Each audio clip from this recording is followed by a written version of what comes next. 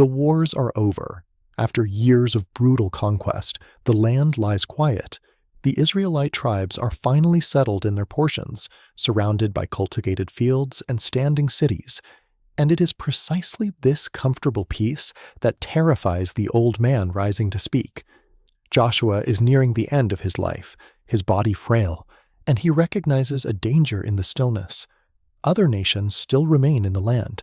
There are Canaanite peoples living right alongside the Israelites, in the lowlands and along the coast.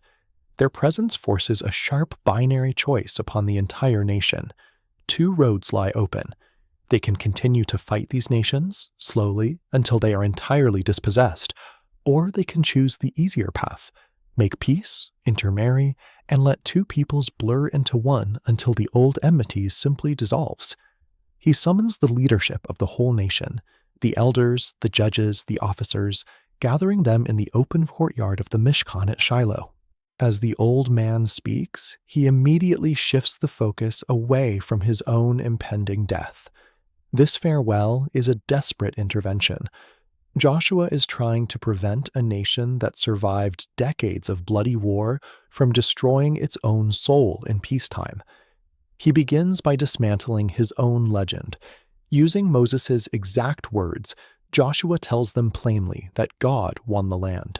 It is Hashem your God who has been fighting for you. The 19th century commentator known as the Malbim traces the logic here. God was the conqueror.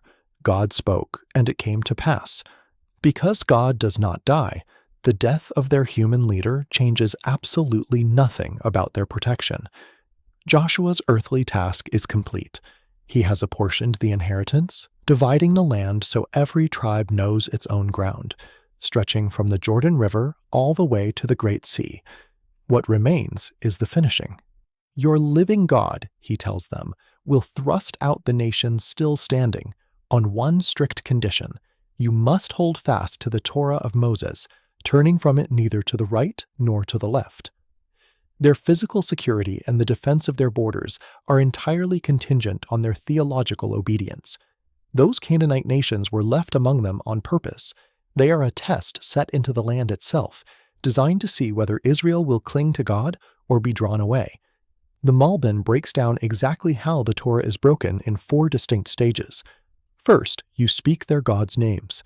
Then, you swear by them. Then, you serve them. And finally, you bow down. It is a downward momentum. Each step naturally and inevitably triggers the next. Contrast that gradual collapse with the promise of divine support. If Israel clings to God, the math of war becomes irrelevant.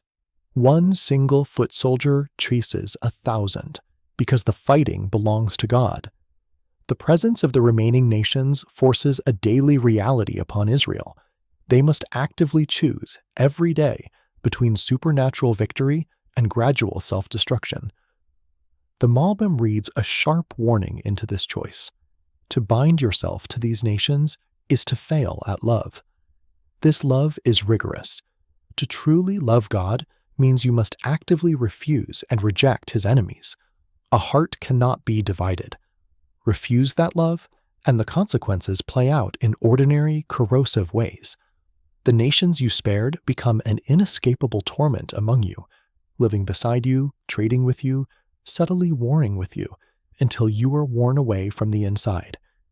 True, lasting peace between these two peoples was always a spiritual impossibility. Joshua gathers them to one final proof. Behold, he says, I go the way of all the earth. He is dying, but God's promises remain completely intact. He tells them to look backward at their own history.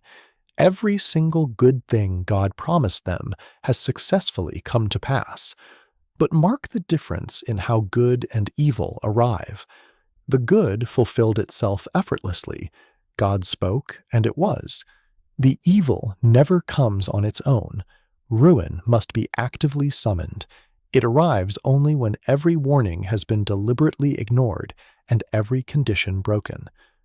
The leaders disperse back into a land at rest. The fields are green. The cities are quiet. Their future destruction waits entirely on a choice they are about to make.